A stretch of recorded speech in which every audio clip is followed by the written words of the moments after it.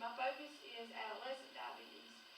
Although my topic is adolescence, a lot of what I talk about is for both adults and children, because the majority of this info is true for both adults and children.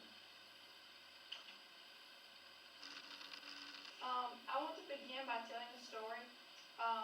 There's a coach at my local school, high school, and he had severe pain in his abdomen for a really long time. It continued for about a year before it got bad enough that he went to the doctor. No one knew the answer to the pain that he was having.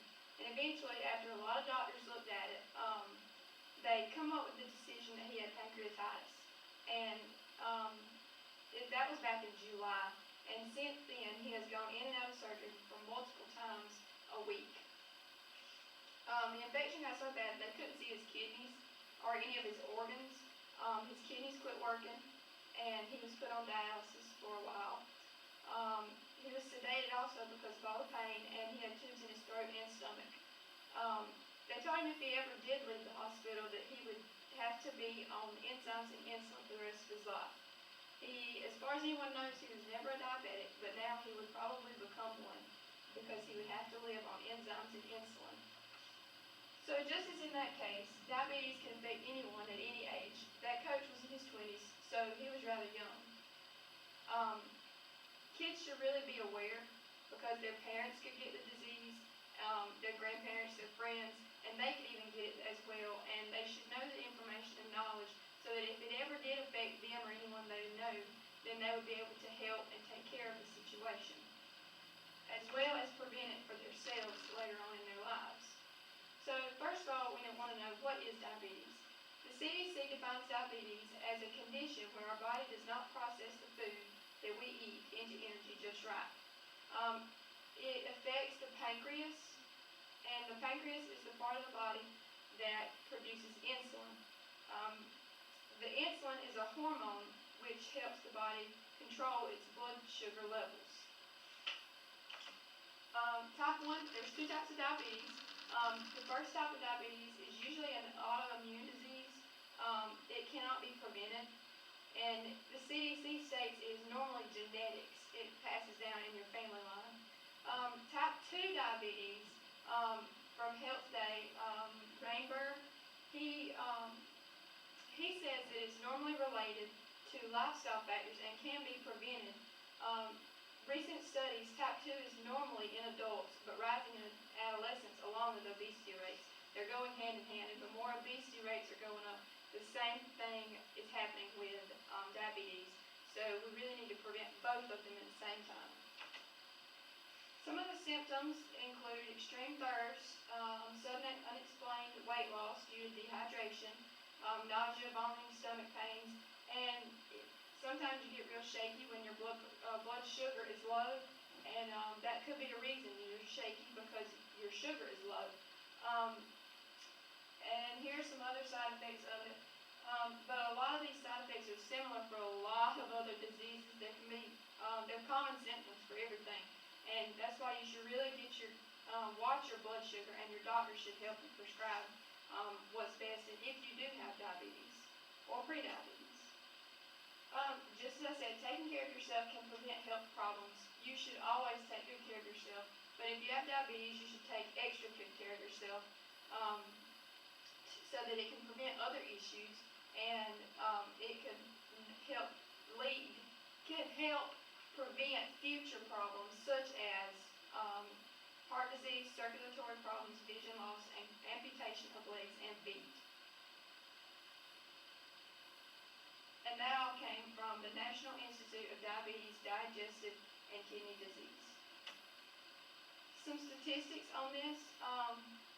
The Health Day, Rainberg, Mr. Rainberg from Health Day, they found this study, and it said that African Americans, Hispanics, American Indians, and some Asian Americans, Pacific Islanders, are at particular high risk for type 2 diabetes, and I thought it was really unique and strange. I'd never heard of that before.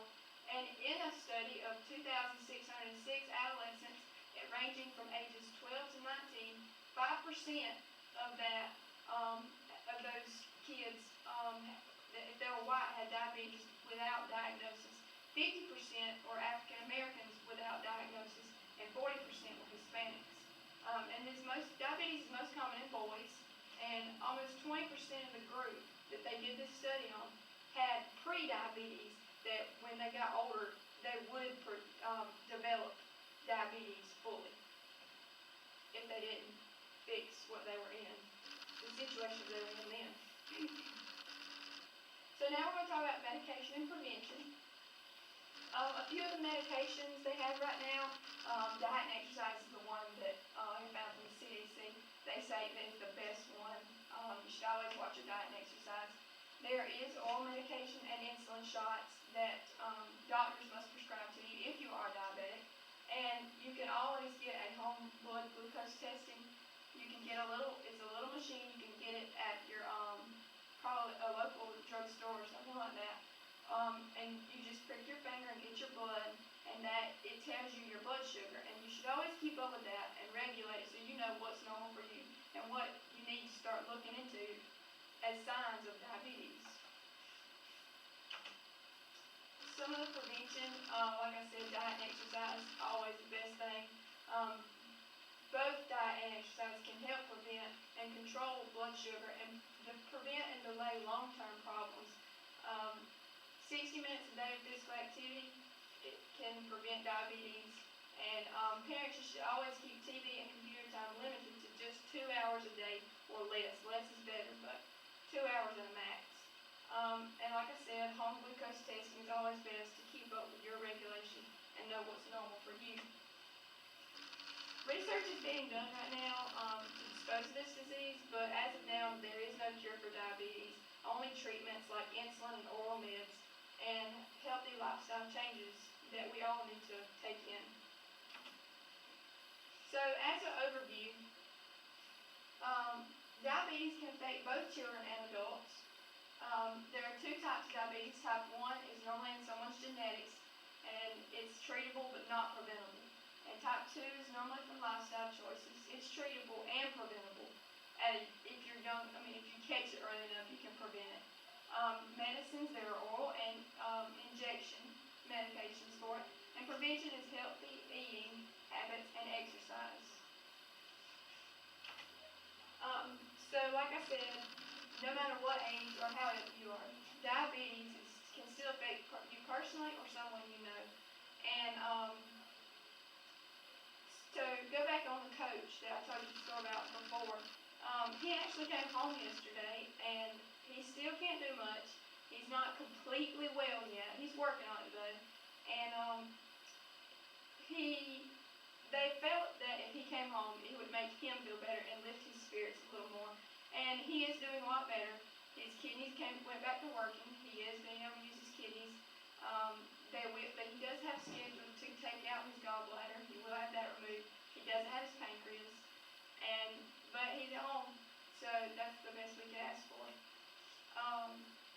So here are my sources, and I hope y'all enjoyed it, and I hope that y'all at least know the basics of diabetes now.